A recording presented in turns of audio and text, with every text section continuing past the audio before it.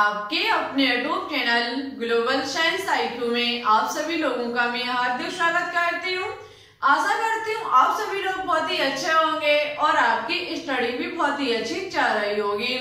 तो जैसा कि आप सभी लोगों ने थंबनेल में देख ही लिया होगा, मैं दिशा यादव आज आपके लिए सरफेस केमिस्ट्री का एक मोस्ट इम्पोर्टेंट टॉपिक लेकर के आई हूँ, जिसका नाम है कोलाइडी विलयनों का वर्गीकरण। ये टॉपिक आपके एग्जाम के लिए मोस्ट इम्पोर्टेंट एंड कीमती टॉपिक है। चाहे आप 2021 में किसी की भी तैयारी करते हो, चाहे BSc नर्सिंग हो, CP net, VHU, GSBM, paramedical exam 2021 में, सभी एग्जाम के लिए आज का टॉपिक वेरी इंपॉर्टेंट टॉपिक है, क्योंकि इससे बहुत ही अच्छे खासे क्वेश्चंस आपके एग्जाम में पूछे जाते हैं। ठीक है, देखो सबसे पहले एक बात और हम आपको बता देते हैं, ये जो कोलाइडी विलयनों का वर्गीकरण है वो 3 टाइप से किया जाता है, 3 आधार पर किया जाता है।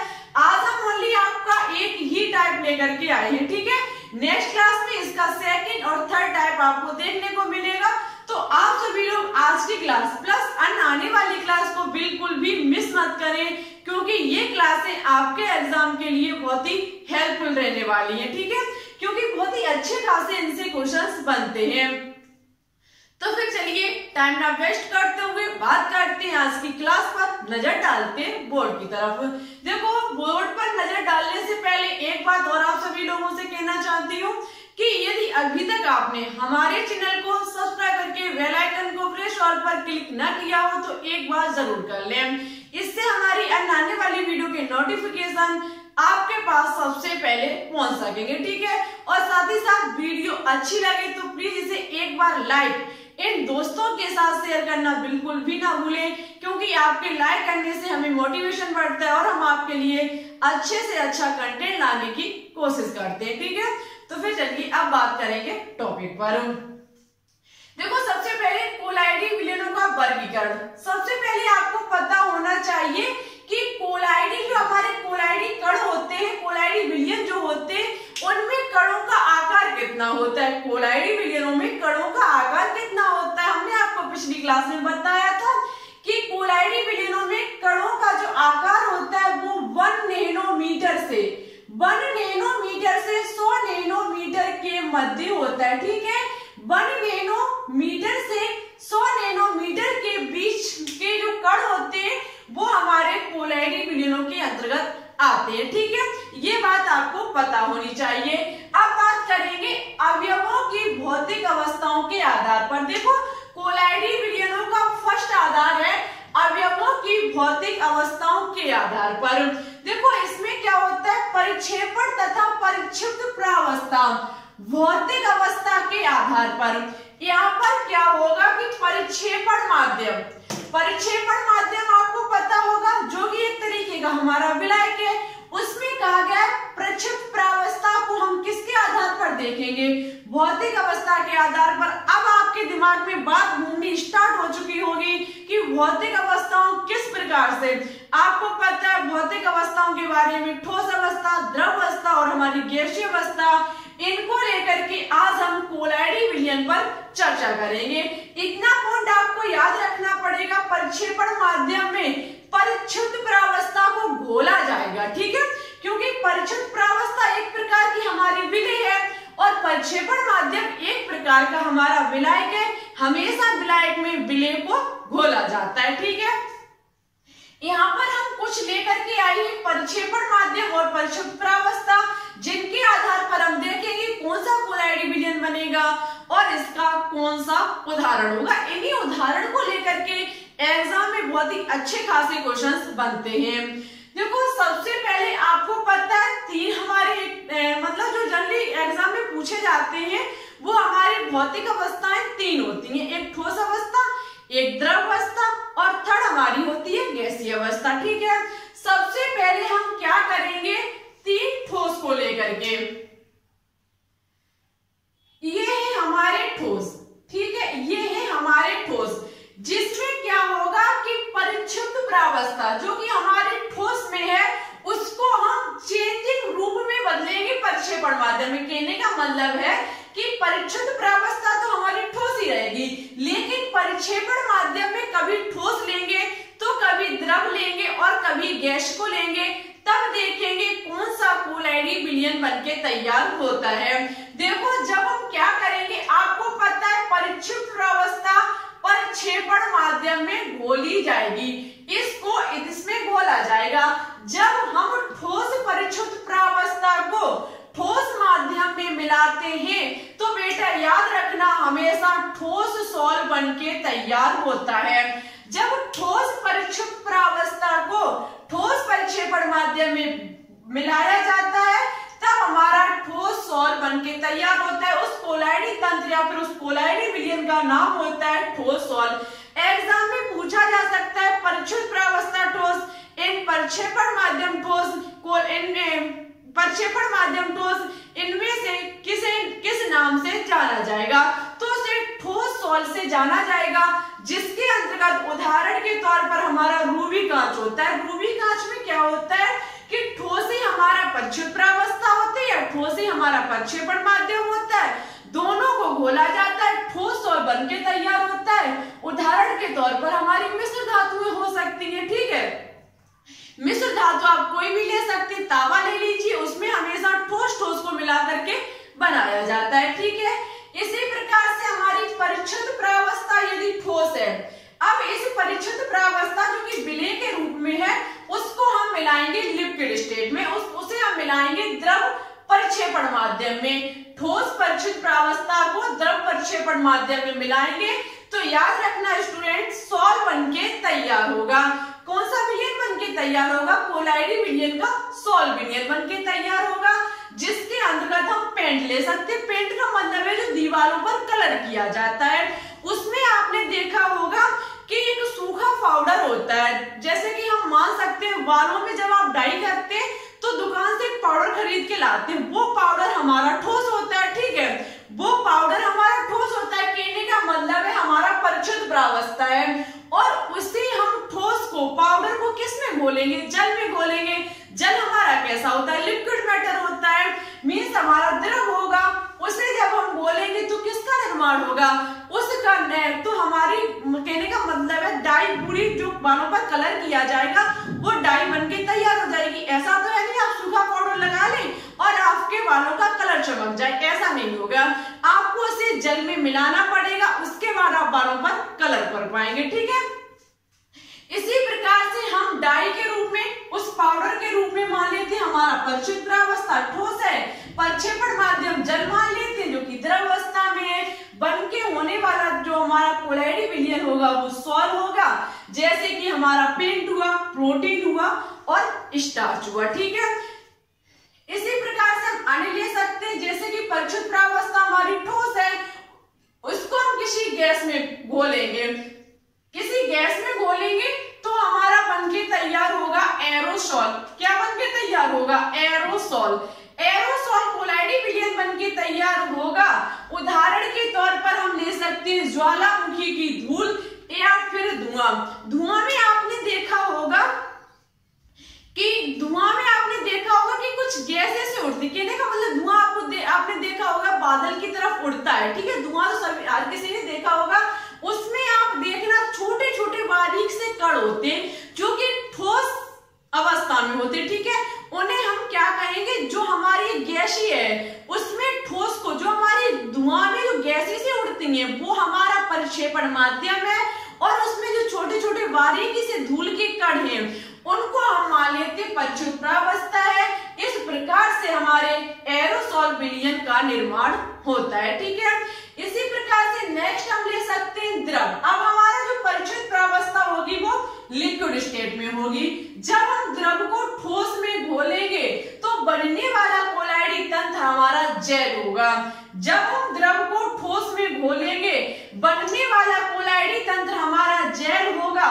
उदाहरण के तौर पर हम ले सकते हैं बूट पॉलिश, मक्खन हुआ, जेली हुई, आपका पनीर हुआ, ठीक है। बूट पॉलिश, मक्खन जनरली आपके एग्जाम में पूछा जा सकता है कि मक्खन निम्न में से किसका उदाहरण है? एरोसॉल का है, जेल का है, पायश का है, फोम का है। तो याद रखना ये हमारा जेल का होगा, जिसमें जो आपका परिक्षिप्त प्रावस्था होती है वो लिक्विड स्टेट में होती है और प्रक्षेपण माध्यम आपका प्रक्षेपण माध्यम आपका सॉलिड स्टेट में होता है, ठीक है। इसमें द्रव में ठोस को घोला, द्रव को ठोस में घोला जाएगा। आगे आपका द्रव, ये वेरी वेरी इंपॉर्टेंट है, आज ही से कॉपी में नोट डाउन कर लें, माइंड में फिट कर लें। ये कहीं एक बार शायद ये नीट का पूछा हुआ क्वेश्चन है, नीट फिर सेकंड में 2016 में शायद ये क्वेश्चन पूछा गया था कि द्रव जहां परिक्षुब्ध प्रावस्था भी द्रव होती है, प्रक्षेपण माध्यम भी हमारा द्रव होता है, बनने वाला कोलाइडी तंत्र हमारा पायस होगा। वेरी वेरी इंपॉर्टेंट है ये पायस, जिसमें हम उदाहरण के तौर पर ले सकते हैं दूध, तेल हुआ, दवाइयों के रूप में हम सिरप को ले सकते हैं, ठीक है। जो आपका सिरप होगा वो हमारा किसके अंतर्गत आएगा, जिसमें लिक्विड होते हैं, लिक्विड ही हमारा प्रक्षेपण प्रावस्था, प्रक्षेपण माध्यम भी द्रव होता है। इस द्रव को इस द्रव में घोला जाएगा, बनने वाला कोलाइडी तंत्र पायस होगा। उदाहरण के तौर पर हम जल ले सकते हैं, तेल ले सकते हैं और दवाइयां ले सकते हैं, ठीक है। ये इसके एग्जाम्पल होंगे। नेक्स्ट हमारा है द्रव को जब गैस में घोला जाता है, जब द्रव को गैस में घोला जाएगा, बनने वाला कोलाइडी तंत्र हमारा द्रवों का एरोसोल होगा। किसका एरोसोल होगा बेटा, याद रखना स्टूडेंट, ये जब हमने ठोस को गैस में घोला था तो हमारा ठोस ही एरोसोल बना था, लेकिन जब हम द्रव को गैस में घोलेंगे तो हमारा द्रवों का एरोसोल बनेगा। जैसे कि कोहरा हुआ, आपने कोहरे को देखा होगा, सर्दियों में तो हर किसी ने कोहरे को देखा होगा, उसमें गैसें सी उड़ती हैं, आपने देखा होगा गैसें सी उसमें उड़ती हैं, और उसमें देखा होगा पानी सा चूता सा है, पानी सा उसमें से निकलता है, क्योंकि कहने का मतलब है उसमें बूंदी सी गिरती हैं। आपने देखा होगा, आप जब कोहरा हो सर्दियों में तब आप निकल के जाना कोहरे के बीच में से, ठीक है, तो आप देखोगे कुछ धुआं सा उसमें उड़ रहा है और साथ ही साथ कुछ बूंदे जो है वो नीचे की तरफ गिर रही हैं। वो बूंदे हमारा क्या होगा, परिक्षिप्त प्रावस्था, और जो हमारा धुआं उसमें से निकलता है वो हमारा प्रक्षेपण माध्यम होगा। जैसे कि हमारा द्रव एरोसोल का कोलाइडी तंत्र बनके तैयार होगा। उदाहरण के तौर पर हम कोहरा को ले सकते हैं, ठीक है, ये भी इंपॉर्टेंट है, इसमें भी पूछा जा सकता है कि कोहरा में परिक्षुब्ध प्रावस्था कौन सी होती है, ठीक है। परिक्षुब्ध प्रावस्था इसमें पूछी जाए तो हमारी क्या होगी, लिक्विड होगी। इसी प्रकार से बादल ले सकते हैं, हम धुंध ले सकते हैं, ठीक है, कुछ भी ले सकते हैं, धुंध ले सकते हैं। नेक्स्ट है आपका द्रव में ठोस, जब गैस को ठोस में मिलाया जाता है, जब गैस को ठोस में मिलाया जाता है तो ठोस फोम बनके तैयार होता है। क्या बनके तैयार होता है, ठोस फोम कोलाइडी तंत्र बनके तैयार होगा। ये वेरी वेरी इंपॉर्टेंट है। कुरुन पत्थर, आप गूगल पर सर्च करना, ये कुरुन पत्थर आपको नजर आएगा, उसमें आप देखना ये गैस में ठोस आपको दिखाई देगा, ठीक है। आपको कुछ कहने का मतलब है स्पंज टाइप से दिखेगा देखने को। ये कुरुन जो आपका कुरुन पत्थर है, आप गूगल पर सर्च करके देखना, आपको मिल जाएगा ये। उसमें आप देखना ये कुछ पत्थर टाइप में होगा, पत्थर तो है ही, मींस ठोस स्टेट में होगा कुछ, ठीक है। उसमें कुछ ऐसा आपको नजर आएगा जिसमें से धुआं सा निकलता है, कुछ छेद से दिखाई देंगे जिसमें कोई चीज प्रवेश कर सकती है, उससे निकल सकती है। कहने का मतलब है कि यदि आप उसको पत्थर को थोड़ा स्पंज की तरह दाबोगे, पत्थर पहली बात तो दबेगा नहीं, लेकिन थोड़ा बहुत ही दब जाता है तो उसमें ऐसा लगता है कि उससे कुछ रेसे सी बाहर निकल रही है, ठीक है। तो गैस से ठोस, गैस जब ठोस में मिलाई जाती है ठोस फॉर्म बनता है, कुरुन पत्थर हुआ, फोम रबर हुई, ठीक है। नेक्स्ट है आपका गैस को जब लिक्विड द्रव में मिलाया जाता है, यहाँ पर गैस हमारा परिक्षुब्ध प्रावस्था होगी, प्रक्षेपण माध्यम हमारा द्रव होगा, बनने वाला कोलाइडी तंत्र हमारा झाग होगा या फिर फोम होगा, ठीक है, झाग होगा या फिर फोम होगा। जैसे कि साबुन का झाग आपने देखा होगा, साबुन का झाग, उसमें क्या होता है कि गैस हमारी परिक्षुब्ध प्रावस्था होती है और द्रव हमारा प्रक्षेपण माध्यम होता है। इसी प्रकार से हमारी क्रीमें होती है, सोडा वाटर होता है। सोडा वाटर तो आपने देखा ही होगा, रियल में नहीं देखा होगा तो आपने किसी न किसी मूवी में देखा होगा या फिर किसी सीरियल में देखा होगा, ठीक है। जो कि सोडा वाटर हम आपको बता देते हैं, सोडा वाटर देखना चाहते हो तो तारक मेहता का उल्टा चश्मा देख लेना, ठीक है। उस पर डेली उसमें जो भी सदस्य रहते हैं वो सोडा वाटर जरूर पीते हैं, ठीक है। ये सब सीरियल को देख लेना, आपको पता चल जाएगा सोडा वाटर कैसा होता है। ठीक है, तो ये जो सोडा वाटर होता है इसमें आप देखना कि उसकी जो ढक्कन ऊपर होती है उसमें नींबू फंसा होता है। ठीक है, आपने ये देखा भी होगा, नींबू रखा होता है। जब उस नींबू को आप हटाना तो आपको पता है सोडा वाटर हमारा लिक्विड होगा, और जब उस नींबू को आप हटाओगे तो उसमें से कुछ धुआं सा निकलेगा, वो हमारा गैसीय, कहने का मतलब है प्रच्छन्न प्रावस्था होगी। और जो लिक्विड स्टेट में होगा वो हमारा प्रक्षेपण माध्यम होगा, जिसे हम पिएंगे वो हमारा क्या होगा, प्रक्षेपण माध्यम। और हमारा उदाहरण के तौर पर सोडा वाटर, और बनने वाला जो हमारा कोलॉइडी तंत्र होगा वो झाग होगा। अब आप कह सकते हो कि आपने ठोस को ठोस में मिलाया, ठोस को द्रव में मिलाया, ठोस को गैस में मिलाया, उसके बाद द्रव को ठोस में मिलाया, द्रव को द्रव में मिलाया, द्रव को गैस में मिलाया, गैस को ठोस में मिलाया, गैस को द्रव में मिलाया, लेकिन गैस को गैस में क्यों नहीं मिलाया। ठीक है, अब आपको समझ में आ चुका होगा। ये हमारे 8 हो गए, लेकिन होने चाहिए थे 9। तो हम आपको बता देते हैं स्टूडेंट कि जब दो गैसों को पूर्णतः मिश्रणीय किया जाता है, जब दो गैसों को आपस में मिलाया जाता है, हमेशा याद रखना वास्तविक विलयन बनके तैयार होगा। एग्जाम में पूछा जा सकता है गैसीय प्रच्छन्न प्रावस्था, गैसीय प्रक्षेपण माध्यम को मिलाने पर निम्न में से क्या बनता है। तो ये गलती कभी मत कर देना, ना आप किसी ना किसी कोलॉइडी तंत्र पर टिक कर आओ। याद रखना यदि वास्तविक विलयन है उसमें तो लगा देना, अन्यथा उसमें ऑप्शन दिया जाएगा इनमें से कोई नहीं। ठीक है, तो आप उसको टिक करके आओगे। याद रखना जब गैस को गैस में मिलाया जाता है तो हमेशा वास्तविक विलयन बनके तैयार होता है। आई होप आपको कोलॉइडी विलयनों का वर्गीकरण, ये फर्स्ट वर्गीकरण है, समझ में आ चुका होगा। सेकंड और थर्ड आपको सेकंड नेक्स्ट क्लास में देखने की मिलेगी। देखो हम एक साथ करा देते, तीनों पार्ट को एक साथ करा देते। पहली बात, वीडियो हमारी लंबी हो जाती। ठीक है, वीडियो लंबी होने पर आप उसको देखते नहीं, और जब आप देखते नहीं तो हमारा कोई फायदा नहीं था डालने का। और दूसरी बात, हम कंटिन्यू 1 घंटे नहीं बोल पाते। ठीक है, इसका रीजन हमारी तबीयत ठीक ना होने के कारण हम आप चाहो 1 घंटा लगातार बोले तो मुझसे ऐसा संभव नहीं होगा। ठीक है, क्योंकि फिलहाल हमारी तबीयत ठीक नहीं है, इसलिए बहुत सारे स्टूडेंट कहते हैं कि एक चैप्टर एक ही वीडियो में फिनिश करा दिया करें, लेकिन ऐसा हमारे लिए थोड़ा असंभव हो जाएगा, क्योंकि तबीयत ठीक ना होने के कारण हम ज्यादा बोल नहीं पाते हैं। हम 30 मिनट की वीडियो में बहुत ज्यादा, कहने का मतलब है हाँफ से जाते हैं। तो इसलिए आपको हम जैसे ही हमारी तबीयत ठीक होगी, और हम टेंशन मत लो, जब तक आपका एग्जाम होगा हमारी कोशिश रहेगी कि हम आपका 100% कोर्स खत्म करा दें। कोर्स खत्म करा देंगे, लेकिन आपको थोड़ा सपोर्ट करना पड़ेगा। जितना चैनल को सपोर्ट करोगे हम आपके लिए उतना ही अच्छा कंटेंट लाएंगे। देखो जितना सपोर्ट करोगे हमारा मन लगेगा, और थोड़ा सपोर्ट करते रहिए, आपका खत्म हो जाएगा। ये चैप्टर खत्म होने के बाद या तो हम ऑर्गेनिक केमिस्ट्री को स्टार्ट करेंगे, या फिर वेरी वेरी इंपॉर्टेंट टॉपिक ऊष्मागतिकी उसको स्टार्ट करेंगे, क्योंकि ऊष्मागतिकी ये चैप्टर थोड़ा डिफिकल्ट भी है। शायद इससे बनने वाले क्वेश्चंस बहुत सारे स्टूडेंट को नहीं आते होंगे, तो हम उसको स्टार्ट करेंगे। क्योंकि इससे हमने देखा है, नीट एक हमारे पास बुक है, नीट की बुक में इससे बहुत ही अच्छे खासे क्वेश्चंस पूछे जाते हैं। तो देखो, पढ़ो, गहराई से भी पढ़ो, और जितना पढ़ सको उतना गहराई से पढ़ो। गहराई से पढ़ोगे आपको एग्जाम क्वालिफाई होकर रहेगा। ठीक है, जब आपको सभी चीजों के बारे में जानकारी होगी, क्वेश्चन कहीं से भी रख दिया जाए आप उसे 100% सॉल्व करके आएंगे।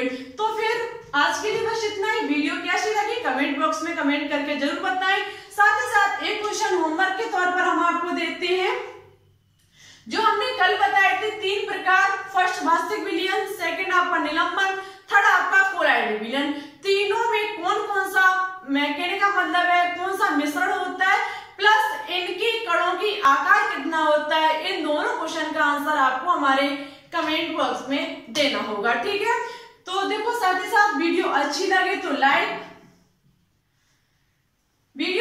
तो लाइक एंड दोस्तों के साथ शेयर करना बिल्कुल भी ना भूलें। चैनल पर न्यू हो तो प्लीज इसे सब्सक्राइब करके बेल आइकन को प्रेस ऑल पर क्लिक कर लें, जिससे हमारी अन्य आने वाली वीडियो के नोटिफिकेशन आप तक आसानी से पहुंच सकेंगे। ठीक है, देखो वीडियो यदि अच्छी लगे तो प्लीज लाइक किए बिना बिल्कुल भी ना जाए। ठीक है, तो आज के लिए बस इतना ही, चलते हैं। आई होप आपको ये टॉपिक समझ में आ चुका होगा। नेक्स्ट क्लास बिल्कुल भी मिस मत करें। Thanks for watching this video. जय हिंद, जय भारत।